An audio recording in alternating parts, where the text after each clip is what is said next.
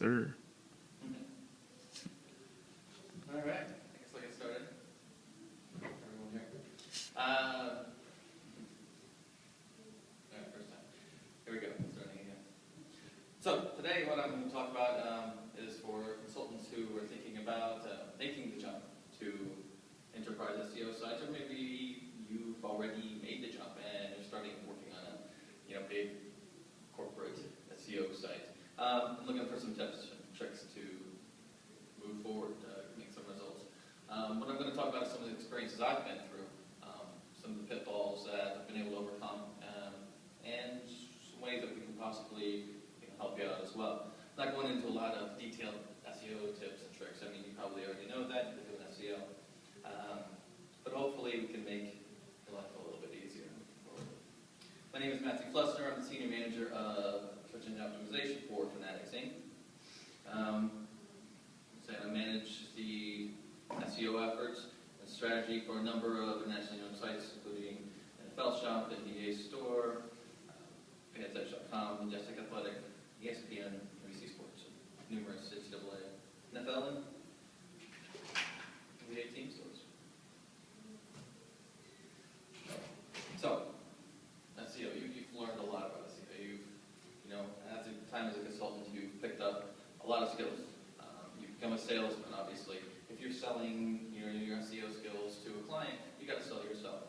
You got to say, hey, this is why this is worth $1,000 a month, or $10,000 for this project. This is how it's going to get you. You got to be a salesman. Be an educator, obviously. You're going to have to train your clients. Say, this is why this is important. This is what we're going to be able to do to your site. This is how we're going to make it work. And of course, you got to be an expert. You have to be able to do what you say you're going to do, or else you're not going to stay in business very long. So, let's talk about, say, your first days. You got your new job, you're coming in as an SEO, enterprise, in-house man. Hopefully, this doesn't happen to you. First thing that they're going to ask you is, okay, what's it going to cost us? Well, how much revenue are you going to get us?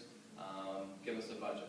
Now, pretty much what you're going to hear in the first part is, well, is an SEO free? I mean, I'm paying you, right? But it's free. Well, no, it's not quite free. You've got your budgets. You've got to show them, okay, here's what I'm going to need.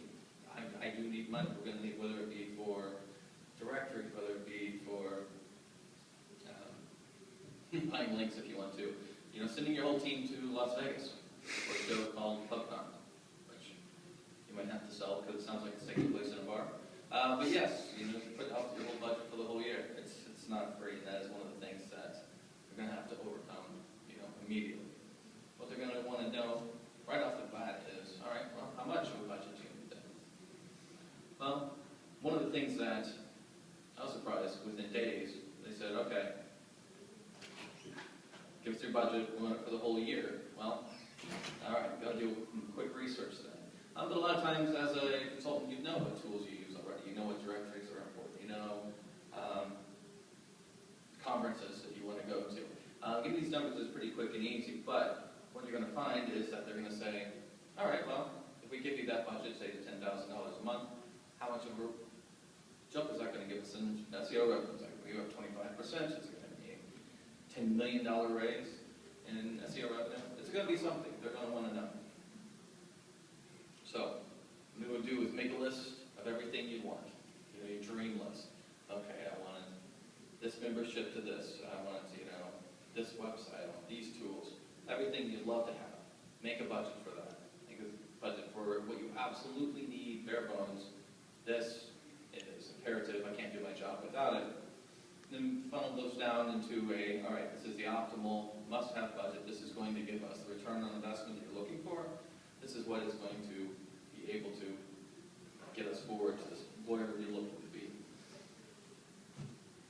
So what are they going to say then? They say, okay, if we approve that budget, how much money are we going to end up with?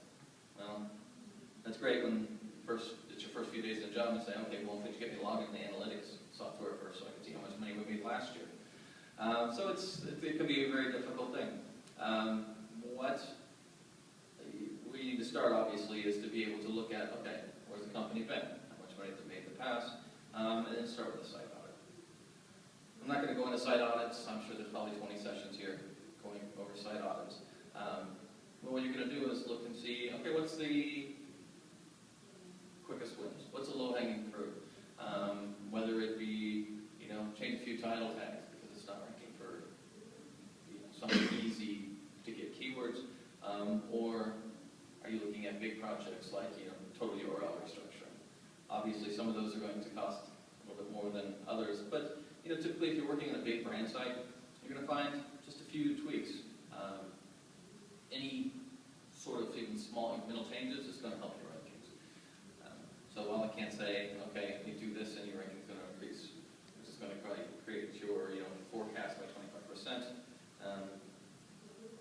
is one thing that you'll be required to do. So another thing skill that you're going to be able to use, take from consulting to in-house, is to be an advocate for SEO.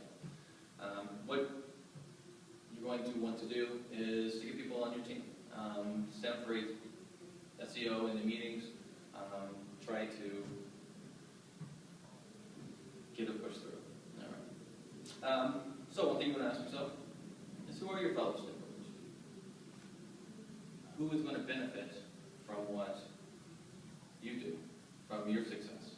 If you're driving more visitors, driving more revenue, who else is going to benefit from that? Those are the people that you want to make your best friends. Typically, it's going to be an e-commerce team. Business leaders, e-com managers, project managers. They could be product managers that call different things, different organizations. But these are the people whose KPIs are basically to drive higher revenue. So these are the ones that will be, behind your efforts. They'll be your, partners within the organization. These are the people that you want to be able to talk with, work with right off the bat, because just explain, hey, what I'm trying to do here is, drive more traffic. They're all about that.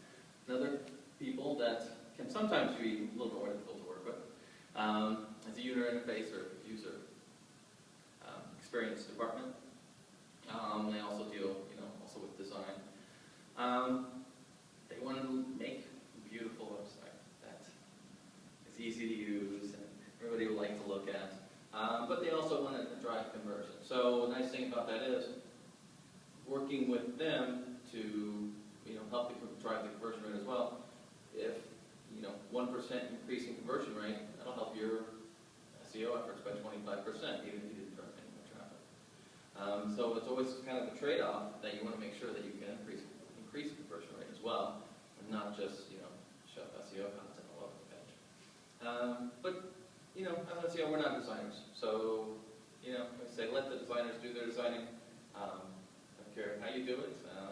If you could put this in here, that'd be great. Sometimes use CSS, but you can feel like you're doing something. Obviously, copywriting is another huge part of the organization that you're going to have to deal with from right off the bat. Panda has made it absolutely essential to have content, and sometimes enterprise sites, you got hundreds of thousands of pages. You're not going to write all the content yourself. It's just not feasible, especially if you're a one-person SEO team. So, get in good with the copywriters. Not just that, but you're going to want to train them. This is where your SEO educator background comes in. You're going to want to be able to sit down with the copywriters, one-on-one possibly, or in very small groups, and walk them through keywords and writing content to focus on certain keywords for a certain page, but also varying it up so it's all the same thing. So it matches with the title tags. There's a lot of things that you can work with copywriters on. How many words are going to be on the page, everything else. This can be your best outlet within the organization. Somebody who's always looking to help it rank better. Plus, I find copywriters like to be able to put SEO on their resumes as well. IT, the big bad IT. Everybody always seems to be scared of. IT doesn't do this for me. They don't listen to me. Pretty much every other session I've been in says buy them beer. It does work. But in my case, I was lucky my dad was a developer. So I've been working with developers my whole life. But just be able to, talk their language, do things in a way that makes their job easier. And that means when you ask for something, give exact details, write the specific code almost that you'd like to have. If you can make their job easier for it, at the end of the day, they remember that, and they remember you. And they're going through their queue of what to fit in the next release. They have a lot higher chance of picking yours to put in there, because they know it's simple, straightforward, they can take care of it. The last part, is use your SEO expertise.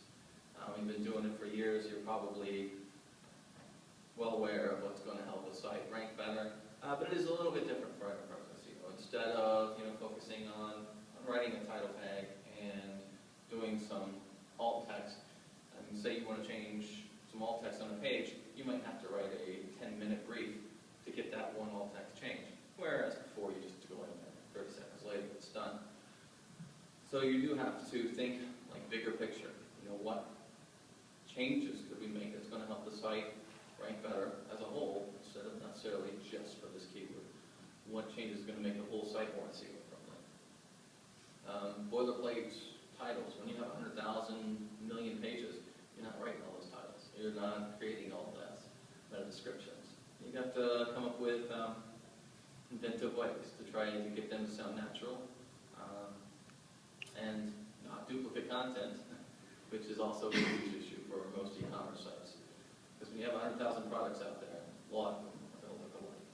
Especially if you have 300 sites on the same platform, which some people do, duplicate content can be the biggest issue you're going to deal with on a day-to-day basis.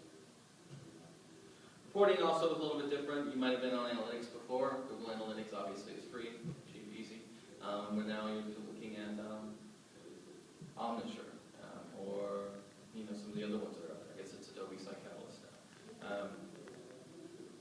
Also, as far as ranking reports, you might have been on Site Catalyst, not Site Catalyst, but 40 Labs before, where now you're tracking 10,000 keywords on an enterprise SEO platform like Right Edge or Conduct. Jump in there, learn them, really good, because they're really a lot more effective than a lot of these stuff. And the last thing is, as it goes for everybody, just exceed your expectations that are given to you. Go in and say, all right, what expectations are there? What do you have for this job, for this position? And just try to go past them. If they're looking for revenue reports every month, give them to them every week. After all these, you used to want to wow your clients by giving them more than they expect. Now your boss is basically your new client. So go in there, just try to wow him. Obviously, he's the one who decides to get a raise next year anyway, so it's a good thing to do. And that's it for me. My name's not too customers. There's a couple of and